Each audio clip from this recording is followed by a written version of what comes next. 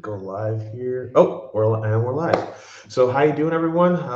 Today, right now, the new panel is five pepper spice level. This is an adult, well, 18 plus panel. So hopefully, if this is not your cup of tea, you can wait for the next one. But there's going to be more adult oriented themes.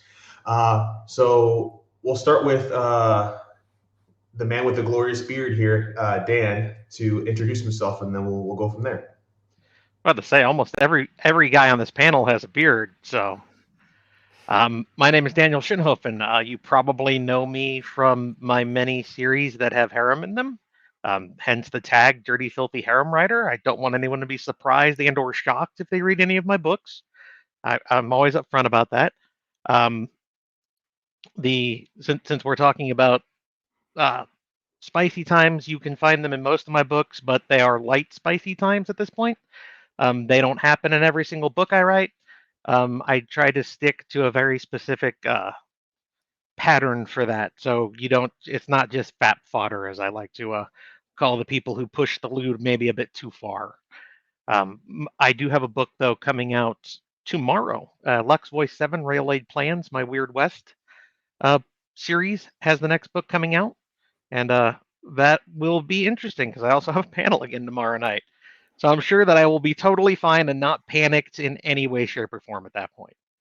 But I will now hand it off to the next man with a beard who is also wearing himself on a hat. I felt like I needed to change up my look because when I'm doing spicy stuff in this particular genre, I do it under Chris Graves, hence the Chris Graves with the Steve Campbell undertones. So yeah, it's been a few years since I've done anything with Chris Graves genre, but there is one that is up now available for pre-order. It's through Podium, and me and Kat Auden had awesome time working on this project. I really, really enjoyed this book. It was actually surprisingly well done, though there was some extra spice in there for sure. It was definitely a level 5. So yeah, there might have been a bit of blushing while I was recording that one. That's for sure. Okay, I next. Okay. I'm Austin Beck. Can you hear me? Okay. I just want to make sure was going off and on with the mute button, making sure I was doing right. But yeah, I'm a harem author. I don't know if many of you people actually know who I am, but I've written several series. My current series out right now is There's a Cat Girl in My Cubicle. It's a light novel series. Um, that's my most recent one. I've got several other ones, but yeah, I write harem light novels mainly. There's game lit and lit RPG elements in all of them. So I guess it's my turn, the only one without a beard. um, JD, thanks for the comment and thank you for reading my book. That's great. I'm Shammy Stovall. Obviously, I'm an author of science fiction, fantasy, and lit RPG. I actually got my start writing under a pen name, writing basically adventure erotica. So I'm no amateur to spice level, all levels of spice. So this will be a fun panel. It'll be great. High fives all around. So welcome everyone. Thanks for introducing yourselves. So let's see. So I got a couple. At least I'll start off with a question, and we can go from there while the chat brings up some questions. But speaking about spicy, what do you guys? What is the right amount of spice for you guys? What would be like too overboard or just not enough spice in your books? So we'll start off with actually, you know what, ladies first. We'll start off with Shandy. So what's too much spice? Is that what you're asking me? Yeah, what's too much spice or what's not enough spice? Um, the first book that was ever mine that was published had 5 sex scenes that were no fade to black, and I thought to myself, that's ludicrous. That's way too many. And most people were like, "Whoa, that's the exact right amount." And I was like, "Oh, okay." when like 20% of the novel is dedicated to sex scenes, I thought that was too much, but apparently I was wrong. So, I guess as a reader, I tend to prefer more plot to sexy times because I really like when the plot is super relevant, and sexy times, just like a cool fight scene, just accentuates the plot, in my humble opinion. Like, it can be super fun. I mean, I'm reading books as an escapist fantasy, not really for other reasons. So that's how I feel as a reader. But apparently, as a writer, you can almost not put too much in for certain readers. So I guess I'm a little on the fence. As a reader, I prefer like 1 to 2, maybe 3, but I've had readers be like, "Nah, just keep putting them in there. If every chapter could end with that, that'd be great." And I'm like, "Wow, it's too much." So that's my Nice. awkward answer. Nice. From there, we'll go to Chris Graves. Kind of see your point of view on that question. Well, I mean, I'm the unique one out of here because I narrate all of this stuff and I don't necessarily write it. For me, it was a new experience because I grew up very good Christian home. So I had to learn how to say fuck, right? So that I could say it when it sounded normal. And so, yeah, some of the things that you authors write and make me say out loud, I'm like, what are you doing to me? What are you doing to me? This is scary. So, yeah, I'm okay with, I don't need a ton of romance. I don't need a lot of spice in my books as long as the story is great. And I'm not bothered by a lot of spice in a book as long as the story is great. So I think that's the most important thing for me is it needs to have a great story. It needs to be compelling and have characters that have depth and emotion and realism. I think the things that bother me when it comes to spice in books, I have a no-go when it comes to non-consent. And I am I especially when it comes to harem books, if I mean, I realize that it's a male adult fantasy type story, but I want these women to have actual, personalities and characters and not just be sex bots that the guy just goes around banging everything. That to me is not interesting or fun. So that's where I lie in the spice category. Okay, thank you. Dan, how about you? I mean, I'll reiterate part of what Shammy and Chris slash Steve have already said. The story has to drive the book. For me, there's too much spice when, like, every chapter, every other chapter is sex. Then you're not having a book. You're not having a story. You're having fat fodder. You're having just something to help someone with fun times in a different way besides an actual story. Which for some readers that's fine. For me as an author, I'm not going to write it. I think the most I've ever the most I've ever put forward in any of my books was years back, and I think that was like 10% of the book, and that's because I had overly sexualized characters, which happens when you're young, dumb, and full of bodily fluids. At this point, though, I tend to stick to basically one sex scene per wife love interest, unless there is another reason for the scene to be shown again. In one of my series, I re-shared husband and wife again having sex because they were trying to conceive a child, but it was also just after one of the other love interests had died. So yes, we're doing this for a great reason. We're going to have a child. It's going to be a thing. But in that same scene, when the sex ends, there's the breakdown of I really wish they were here to enjoy basically the moment with us, because there has to be a character point for it, not just hey, we're going to have sex here. At least for me at this point. So out of all of my books, I would say the majority at this point might have one sex scene a book, if that. But then, the other side of that is sometimes there are 2 or 3, depending on just how many love interests have gone down the path, how long it's been, whether they've been, fully brought into the marriage and so on and so forth. But I'm a little odd for the harem genre in that respect, because most harem books have minimum one sex scene and normally two or three. It feels like Austin can attest to the harem stuff as well, since he also writes there. For me, usually my books, I usually have 2 to 3 usually. I think my there's a cat girl in my cubicle. That's the first book I've only had one sex scene, so I would consider that one a slow burn.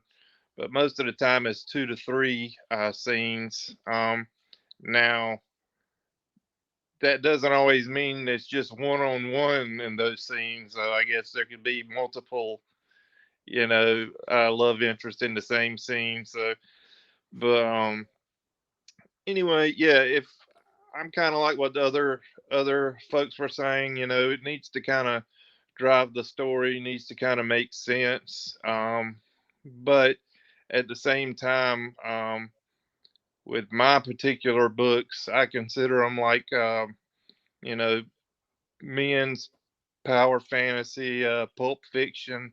I compare mine to like summer popcorn movies. So, I don't take myself too seriously. So I may have some extra wild stuff in my books. But yeah, I just try not to toss it in there just to, pad a word count. It usually means something.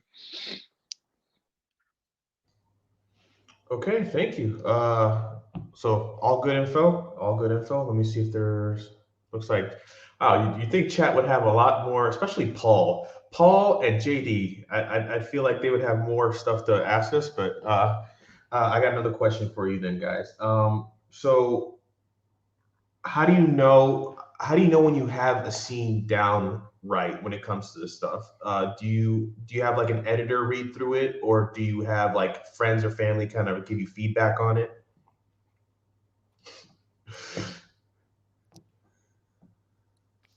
It's really amusing to be like, hey, friends and family, you want to read this? Tell me what you Hey, I think mean, of the you're stuff I you just wrote. are a writer. I mean, they got to see that coming. So, Can you visualize this? Oh my god. Um, well, I guess so when I first wrote mine back in the day, I wrote it and I never reread it ever because I guess in that like, oh, you were born in a beautiful Christian home, or just that like, oh, this is embarrassing. Um, so yeah, I never reread it. I guess I edited it when people did edits, but I didn't read it while I was doing the edits. I was just doing the edits.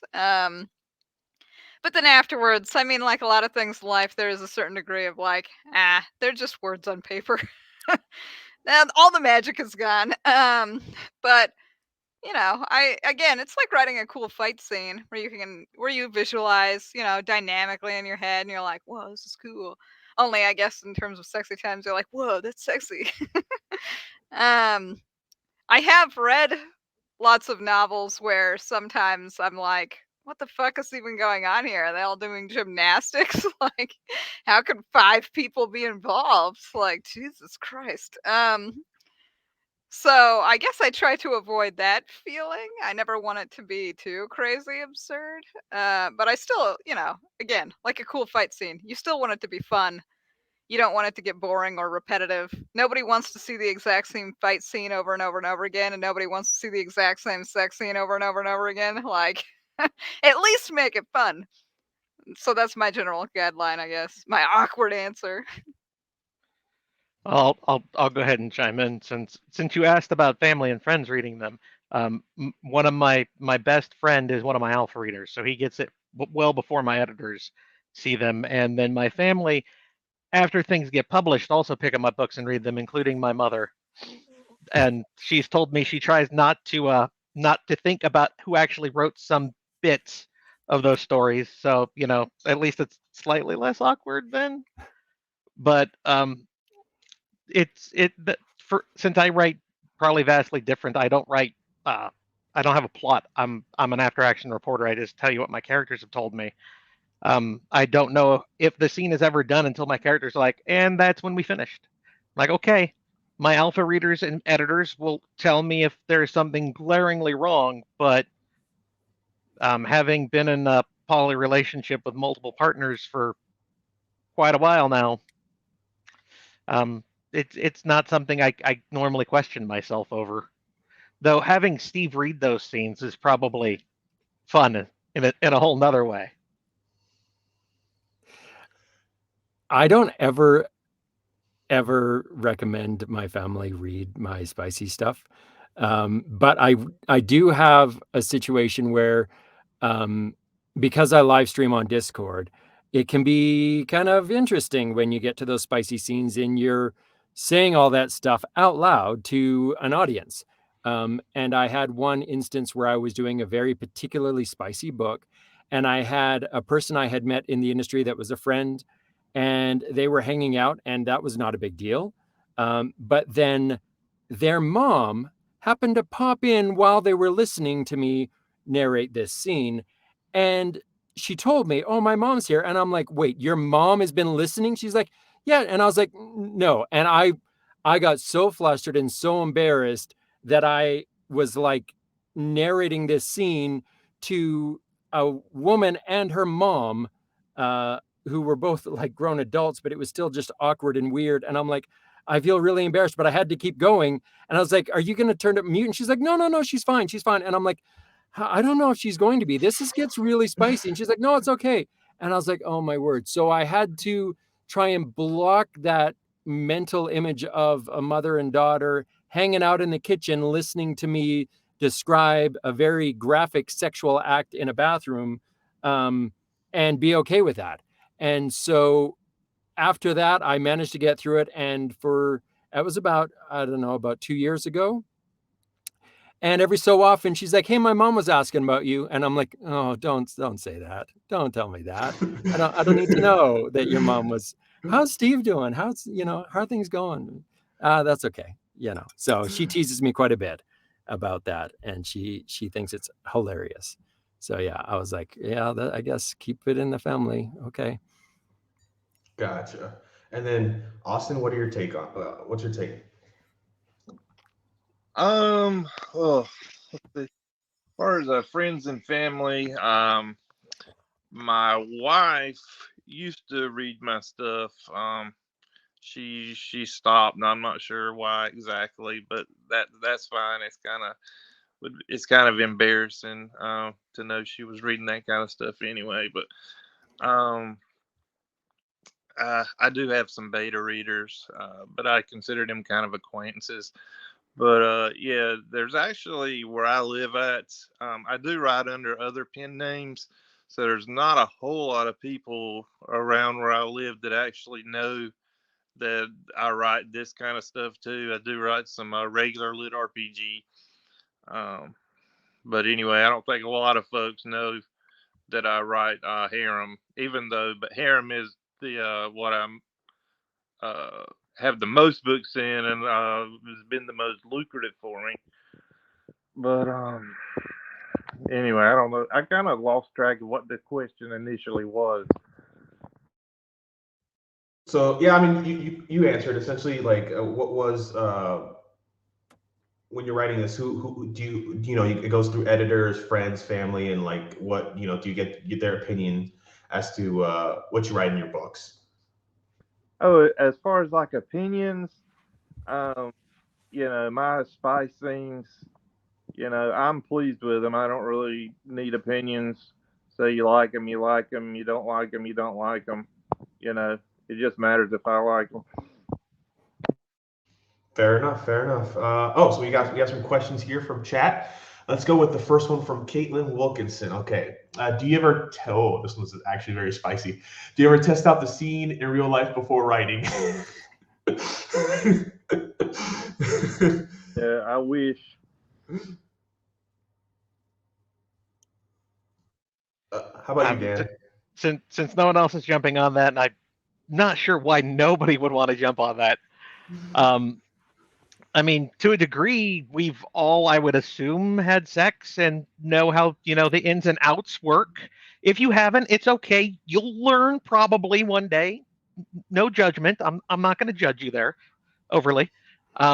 But I mean, in some regards, no. I mean, half of my books deal with other than fully human. I mean, if I've never had sex with a girl who had rabbit ears, never had sex with a vampire. So to a degree, yes, because I have two very affectionate girlfriends, but in other ways, no, not so much. Just got to sneak in a humble brag there. I guess I use my real world knowledge when I write these scenes so that it's not completely crazy. You can kind of tell. So when I was younger, I read a ton of fan fiction, and you can kind of tell who has done the deed and who hasn't done the deed by the way they describe certain things happening here. Her And you're breasts like, felt like big bags of sand. yeah, you get it. So Good movie reference. I guess I use my knowledge of what the hell's going on in the scenes. And technically, I have used some. So, obviously, as a whammon, some men have hit on me. And I have totally used the way that a man has hit on me in a book because I remembered it and either thought it was cute and or hilarious. So I was like, I'll put that in the book. But I think that's as far as like actual real world experiences that made it into my writing, because I mean, just like a fight scene, I could write me in a fight, but that would be the worst thing you've ever read in your life. And we're here for cool escapist fantasy, so this has got to be a cool sex scene, not something that's ultra realistic, because sometimes that gets awkward. You know what I'm saying? So yeah, that's it. Yeah, and how about you, Chris? Well, I don't write this stuff, so that's I can't claim that I've tried anything that and then written about it, but I will say that there have been times where I've read something that someone else has written and been like, I wonder if that would be a good idea. Most often it's not. And I'm not dumb enough to try it. But there have been a couple of times where there's been some ideas that have been brought forth from a scene, and I introduced it and it went over quite well. So. Fair enough. Okay. Let's see. The next question you got from Paul. How does it feel as an author slash, I guess we'll do narrator here, knowing that you guys are giving dudes boners as they read or listen to your books? That's a very Paul question. I'll jump on this one. So I don't have to worry about what I'm writing doing that, but it has been odd because I have received DMs and also comments in chats about guys going, I don't know how I feel about the fact that I'm getting turned on by a dude giving a woman's voice, because a lot of the stuff that I did early on was not duet narration. It was me doing all of the voices. And so it was quite concerning to them that they were getting turned on by a man voicing these female characters. And I had some readers who said that they thought that my female voices were better. One person said they thought my female voices were better than my male voices, which I didn't know quite how to take. And then another one said that they thought that my female narration was better than some female narrators that they had listened to. And I was like, oh my, that's pretty impressive in and of itself.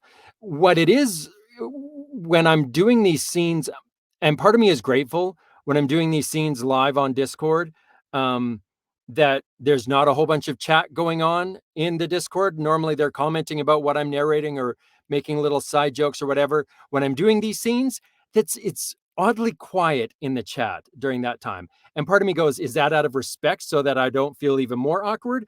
Or are they just busy and not able to type? So I don't think too hard about that, but it is something that's like, I'm just going to assume you guys are busy doing other things and trying to respect me, and we'll just leave it at that.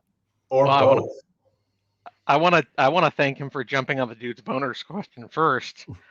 So at least I know that it's mostly safe. He made it through it, and I'm not going to touch on the fact that men are hard or anything else he's covered there. But if you're writing a book with any kind of lewd content in it, somebody somewhere is going to use that to their own personal satisfaction. I know that I don't dwell on it myself, but I'm not gonna, cast aspersions on someone who does that. Just like I'm not gonna cast aspersions on someone who opens up Pornhub. I mean, people are people, and if my book is something that they enjoy, then more power to them. I do not need a graphic description from them about how it helped. And I'll just leave it there. Yeah, I would say I don't need to know. If they are, then that's great. I would Great. I would say my audiobooks, I've got some very, very good narrators, like Jessica Threet and Hannah Schooner. So, the particular spicy scenes they do really well. So, I am lucky there. But yeah, if I have fans that do that, I don't need to know. I have been told that a couple times, but it was certainly information I didn't need to know. But I just said, I'm happy for you, dude. All right, and Well, I don't remember. And I- last but not least, Shammy. Okay, yeah. I was just gonna say, I've been on the internet. I mean, people will masturbate to anything. Okay, let's be real. It doesn't have to be a spicy scene in a book. It can literally be any scene in a book. You went to boner really quick. We went from boner to masturbate really quickly there, Shammy. That was we all knew what they were asking. Everybody here being like, he's Oh. I mean, busy it is and stuff. 18 plus. People Might as that- well just take it out there. Yeah, they're busy. Wait, they're busy having a boner. It But was yeah. unwrapped.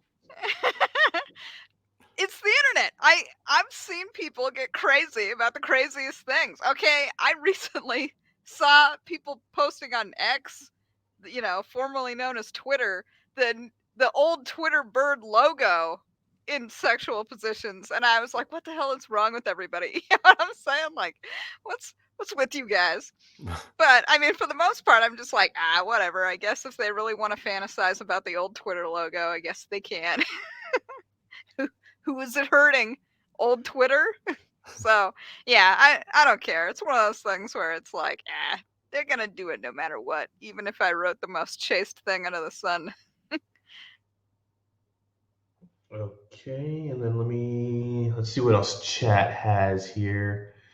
I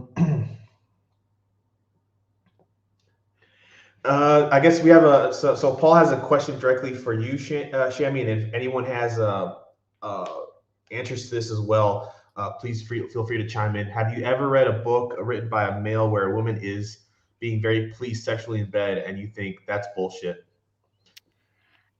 Yeah, lots of times in both directions. I've read it, but written by women too, where I'm like, oh my god.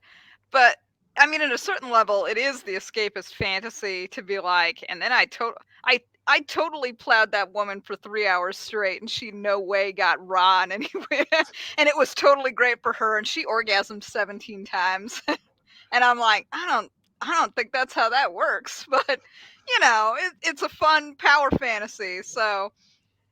I feel like I'm probably the least offended and most like I just go with the flow type of person. I'm like, oh, I'm putting this book down because that was completely unrealistic, or else I wouldn't be reading Lit RPG. You know what I'm saying? Like you wouldn't get through half those books. So yeah, it doesn't bother me. Read it tons of times. Lately, it's been really popular for female authors to be writing about like crazy amounts of sexcapades where I'm just like, that's not realistic, but whatever. I guess we're all here for it. She somehow has sex with 7 men. So yeah, it's fine. I've seen it a lot. And then goes out dancing the next day, isn't sore, Yeah, tired, exactly. Yeah, just, your back doesn't hurt. Well, they all get into a shower afterwards, and then they do it again. You know, and you're like, what the like? Nobody does that. Was the opium used in the shower then to kill the pain? I'm just curious.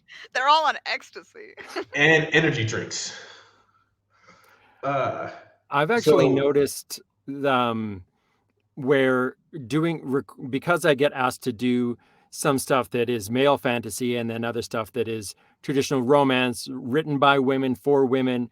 And what surprised me the most was how often the men that were supposed to be the love interests for these women in female fantasy or romance were absolute assholes, like treated these women like dirt and horrible to them. And I'm like, I do not want to voice this book. I don't know how to play this character. He's like I want to chop his dick off myself because he's being so horrible to these women. And yet Dude. that's supposed to be the female fantasy. And I'm like, Dude. this is really bad. So I'm a part of a writers group, and some months we have like a writing prompt, and just for funsies, we write the first opening chapters of a book, depending on the genre. We had like a Dungeon Core month, so everybody wrote the first opening chapters of a Dungeon Core. But then we had a reverse harem month. So reverse harem, lady, tons of dudes. And so everybody wrote the opening chapters to that. But for research, because most of us didn't read reverse harem, we decided to read some of these books.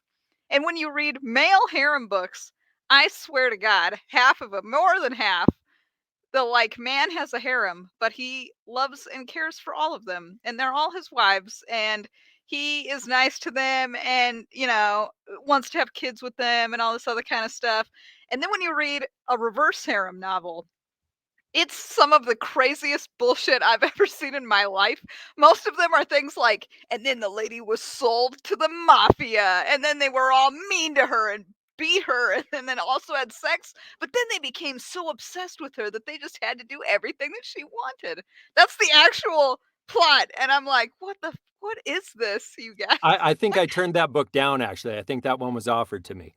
Dude, it's crazy, actually, the amount of and then one of them was a serial murderer, and you're like, what?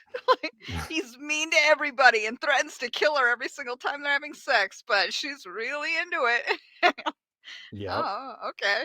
I had a session that I was supposed to be doing a live read for a seminar convention for romance, and the excerpt that was given to me was supposed to be a cute, fun, romantic, nice book.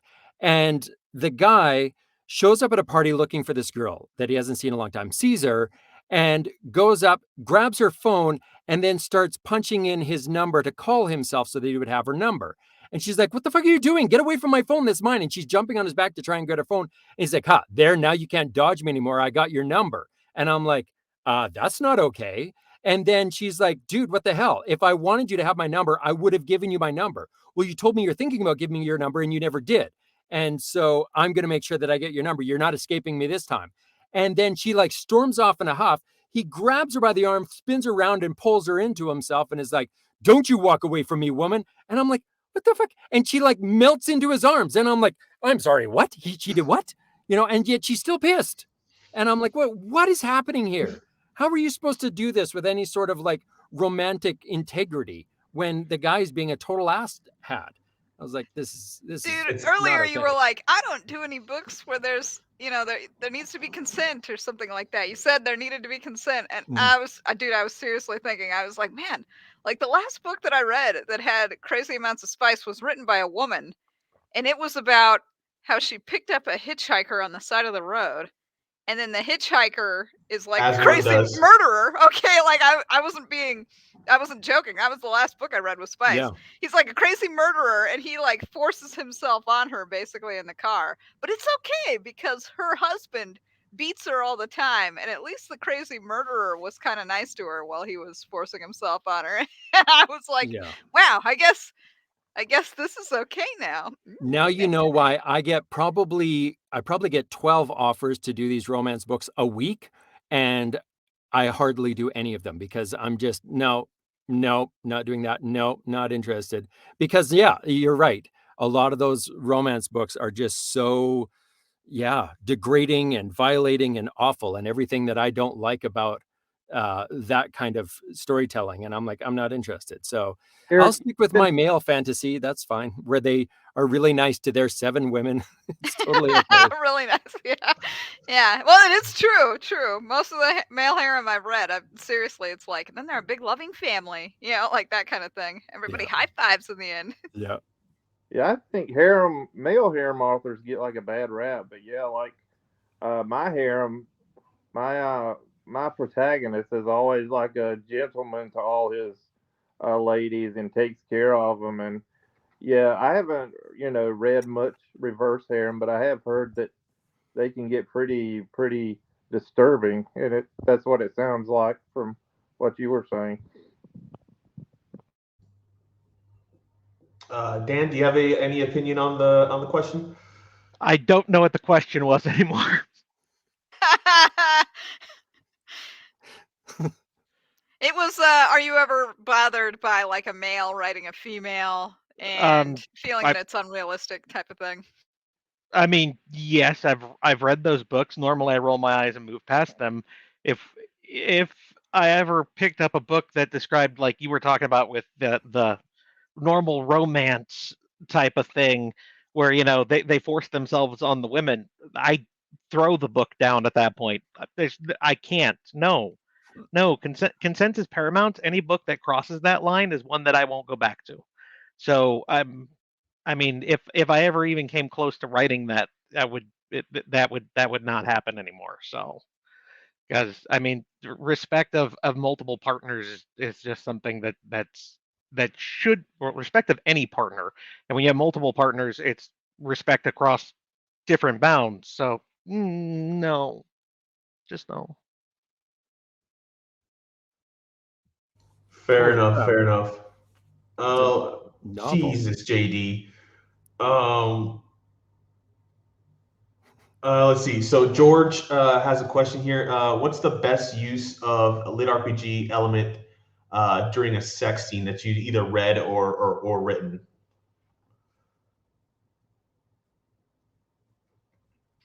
Stamina. I guess that's the best one where I can think of the actual lit RPG elements coming into play that made sense. Yeah, that's a good one. If you I've look at read them, like people that the MC will give the love interest like powers or strengthen her whatever her skills are from sex with the protagonist. But I mean, as far as like leveling up or anything during spicy scenes, no. the closest that I can even equate to is the words are hard. Take it from me. I use them every day for a living. Dual cultivation type of thing, where it's they gain power as they decide to have sex.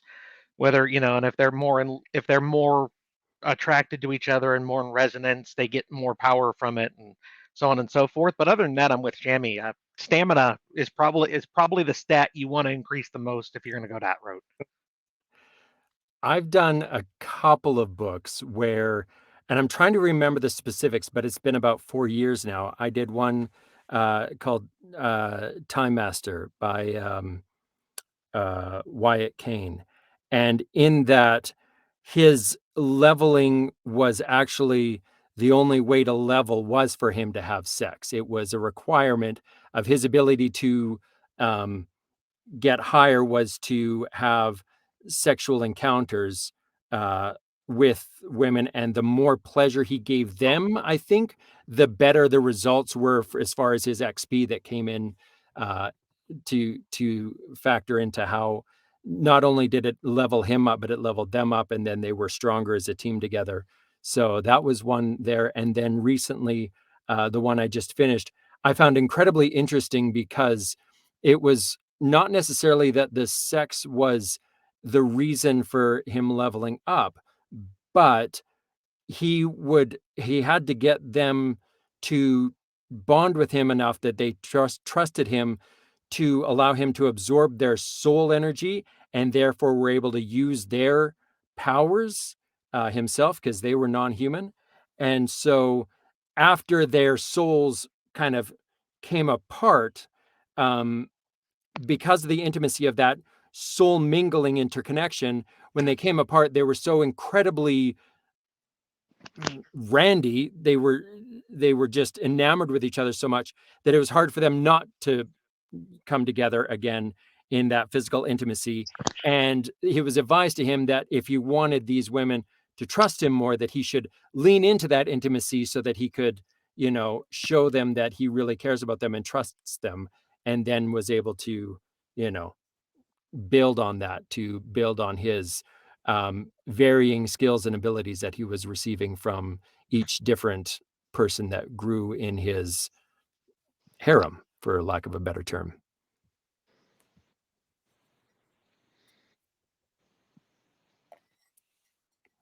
I was on mute. Forgot I was on mute. So we got a question here from Craig. What do you find is the most important way to engage a reader emotionally for a spicy scene? Well, would it's going to say have to it's- be. Oh, Go ahead, Tammy. I would say it's the same for any scene. I mean, if you're emotionally invested in the characters and what's going on and it feels realistic, it doesn't matter if they're about to do a sexy scene or if they're about to bake fucking cake. You know what I'm saying? If you're into what is happening with them as characters, then you want to see those scenes unfold. That's why the plot is so important, at least for me. I mean, maybe some other people don't like the plot in their spicy books, but for me, the plot is important because I want the emotional connections with the characters, and then I want to see the payoff of them, finding a physical emotional connection, like that kind of thing. So, yeah, I don't think you actually need to treat the emotional importance of a spicy scene. I mean, it can be like a 10 out of 10 in terms of emotion, but I think you need to be emotionally attached to the characters ahead of time, just like for anything, for any sort of stakes. So she basically answered exactly what I was going to. I mean, if you started out the book with a sexy scene and you had no emotional investment in the characters, it's not going to hit the same as chapter 55 when you've seen them cry and bleed and slowly form a bond together. However, I would have said baking a pie, not a cake. An apple pie? Well, cream based probably. Oh, he Oh went my there. God.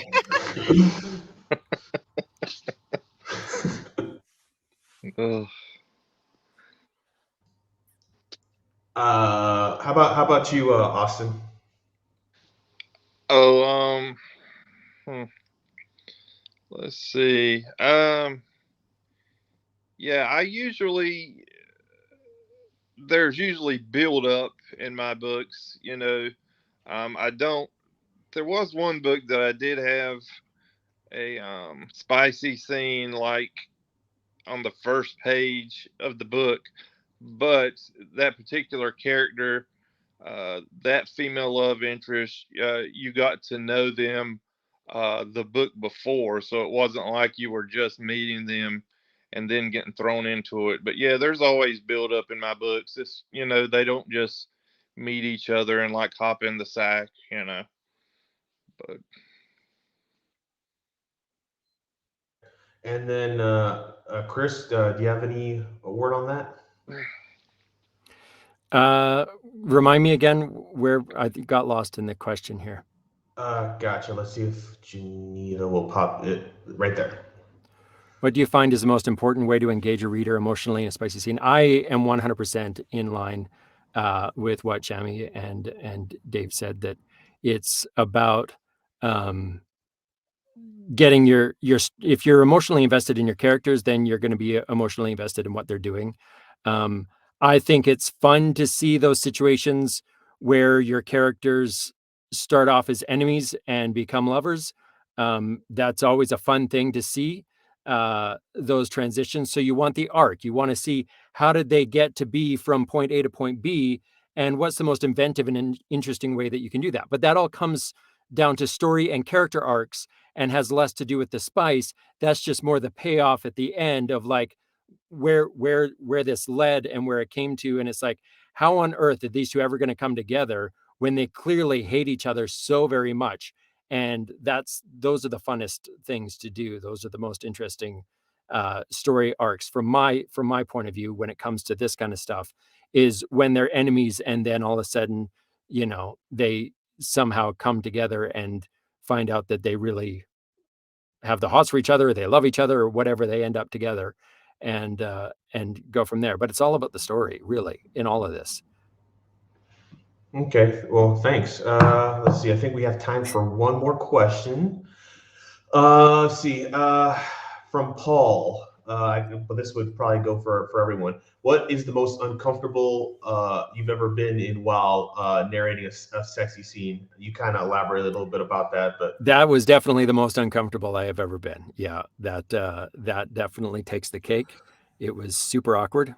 So it's always hard especially when we're narrating these scenes, to know how far to go voicing it, because you guys just have to type out OOOH and, oh my God, Jesus, you are taking me to heaven. This is amazing. You are rocking my world. I'm going to come. Like, you guys put all that kind of stuff in there and you just type it out. And I have to go, how hard do I push that? Like,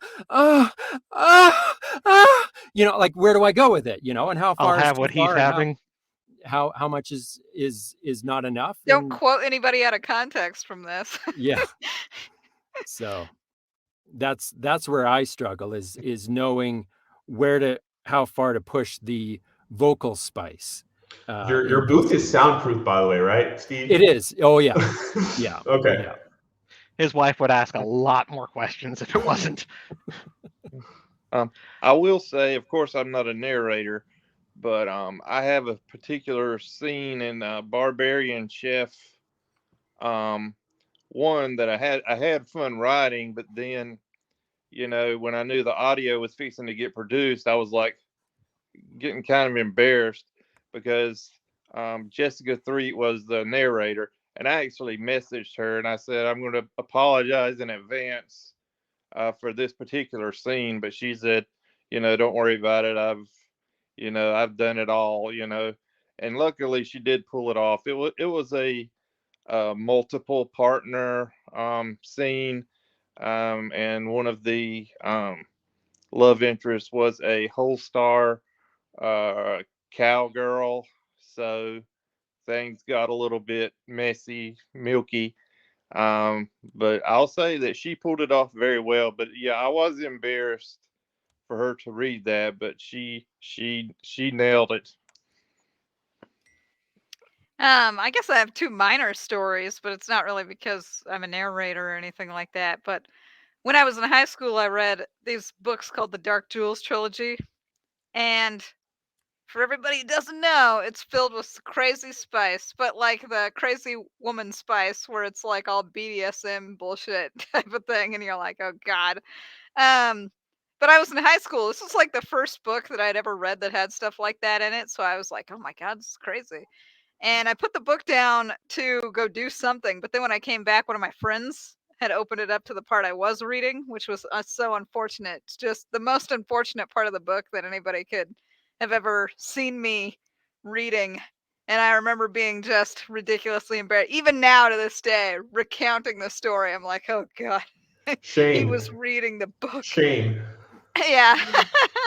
And then when I did publish books under a pen name that were basically just adventure erotica, a lot of people. So that was the first book I'd ever published, and people were like, "Shammy, we heard you published a book. We want to read it." And one of those people was my grandma, and my grandma is like the most chaste, wholesome, elderly woman you've ever seen in your life. She doesn't know what a dildo is, type of thing. That kind of elderly chaste. And she's like, Shammy, I would like to read your book. And I'm like, oh my God, no, you can't read my book ever under any circumstance. Thank you. And somebody else gave it to her. And again, even to this day, yeah, I'm like, oh my God. And then she's reading the book. Oh my God. So, yeah, those are my most embarrassing people reading things stories. Did she ever mention to you having read the book? She said that she really enjoyed it and that she didn't expect that kind of storyline. And that was all she ever said to me. So, Oh She my was such goodness. a nice girl. yeah, At, she's. at, at least it was kept nice. She didn't, like try to exorcise the demons out of you at that point. So, Nope, um, no, she's just a sweet elderly little lady that probably would have said that no matter what I had written. So, but just knowing that she read it again to this day, I'm like, oh my god, what's wrong with I me? mean, not a narrator, so I don't have Chris's story of mother-daughter bonding in the kitchen over sexy times coming over their computer. But I've never written a sex scene that I was embarrassed about. I mean, don't really need my mom reading them. Not going to stop them from reading whatever they're going to, but I've never been embarrassed over anything I've written. If that's why my name's on my book and not a pen name, because it's mine. And if at some point that comes back to bite me in the ass, I will take the bite in the ass and seek medical treatment for that bite. I feel like this is an important time for me to segue into something that I need to comment to you guys as a narrator that authors you may not have to worry or think about, or maybe you do. But the first time that I had to voice a scene like this, I was really excited when I was going to be a narrator, because I thought, this is amazing, because as actors, usually you get one character and you only get to do that one character and that's it. So you're doing a play, you're in a movie, you're in a TV show. It's very rare that you get to play multiple characters. And generally you stay within your gender when you're playing those characters. But for us narrators, we get to play everybody. So we're the hero, we're the comedic sidekick, we're the villain, we're the damsel in distress, we're everyone.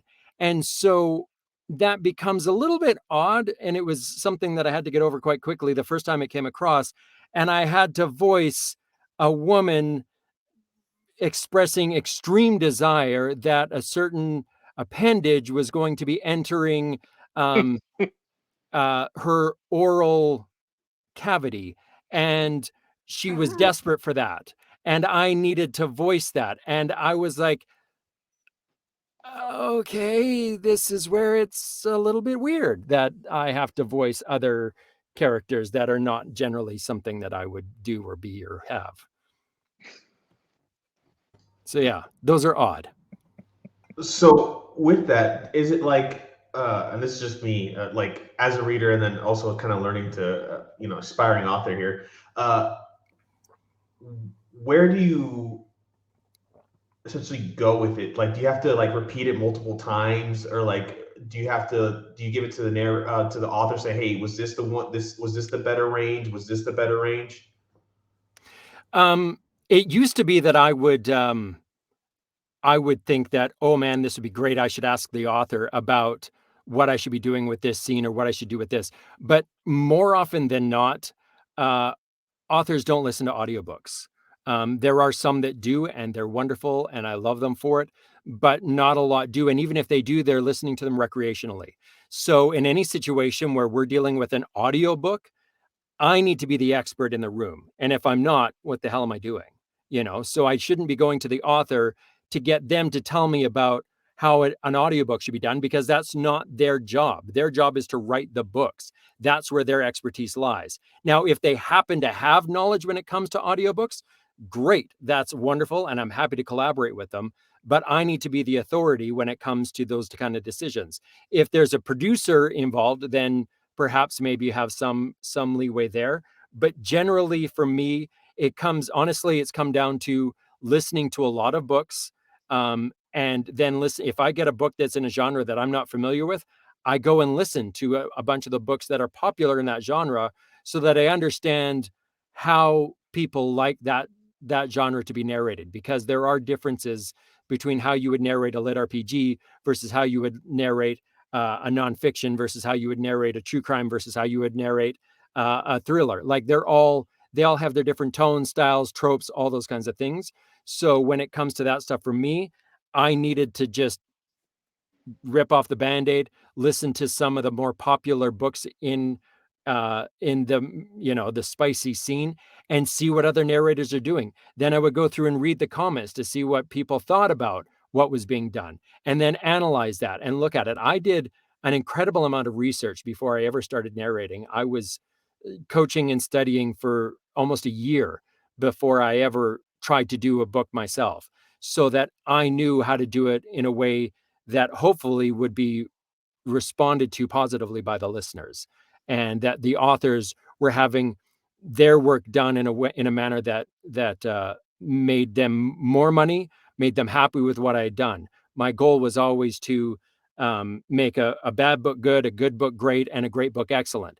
And if I did that, then I was pleased. So that's how I wanted to do that.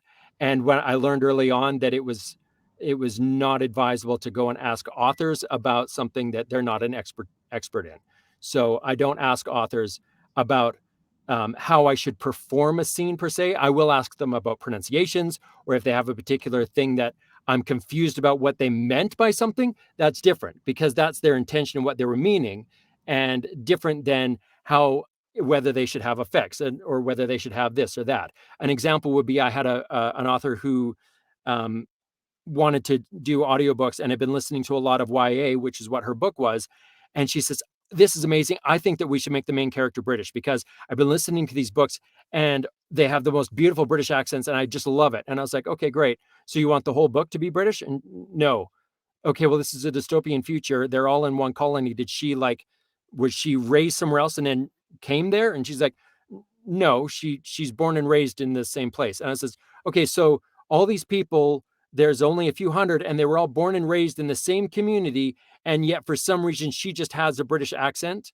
Is she being obnoxious? Like, why would she have a British accent?" She's like, "Oh, I never really thought about it like that. I guess she should have the same accent as everyone else." And I was like, "Yeah, I think that's probably the best way to go." So it's great to collaborate, and I love to do that, but I need to be thinking about that stuff, because authors don't always think about those kind of things. So that's where Gotcha. I have to do that in All my right. own time. So I want to thank everyone for joining us. We're coming to a close with that, but before we go, can everyone just give their info, so that way chat knows where to find you, and kind of give them a little sneak peek behind the curtain on what books you're working on? We'll start off with Austin.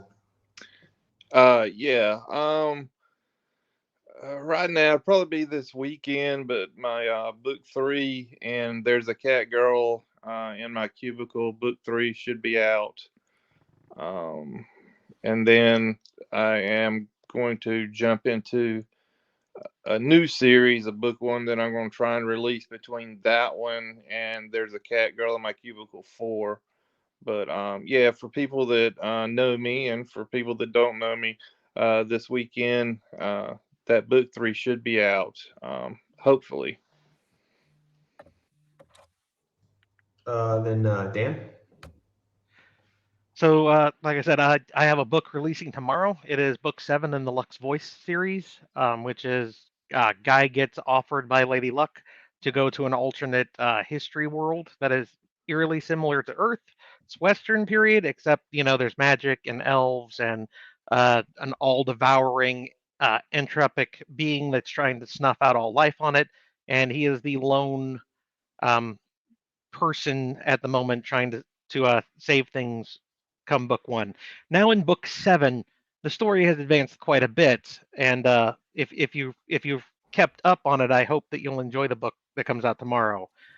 The book after that is going to be the last book of the Binding Word series, which is 5 years now that series has been going on. That'll probably be like early January, late December for that. You can find my stuff on Amazon if you can type out that really long kind of Germanic last name. You should be good to go. And how about you, Steve? For Chris Graves, like I said, I have a book that's actually on pre-order, available now. It's Edge Hunter, book 1 by Dante King. It was performed duet narration with Kat Auden. And that is going to, I'm trying to look it up here. The release date is next month on the 28th. And then I have a bunch of stuff coming from Steve Campbell. My favorite thing that I'm excited about right now is a book that's been a year in the making as far as the audio goes. Industrial Strength Magic by Macronomicon, that I am doing in conjunction with Sound Booth Theater. It's a multicast with Jeff Hayes, Justin Thomas James, and Annie Ellicott. And it's going to have VFX, no music, but VFX for sure. And it's going to be a serial that's released on their website, soundbooththeater.com. Every week, we're going to have a new episode. It's a lot of fun. I'm so excited for this series. It's going to be a blast. And then Shammy closes out. Yep. Oh, here we go. Yeah, just like last week, the Half-Life Empire released, which is my science fiction Fallout style world. So if you're really, really into post-apocalyptic stuff with power armor, that's what I had come out with Podium. I guess it has no spice in it, but the sequel has some spice in it. So whoa. Mostly that I've been writing like YA fantasy stuff, and the things that I have coming out are like a magical tournament style book. My friends keep trying to convince me to write harem, so maybe I'll do that again under a pen name because why not? But yeah, those are the things coming out for me right now. Nice. Well, again, thank you all for joining us, and I guess this is in the famous words of Ryan, that awkward wave. Bye, guys. Goodbye.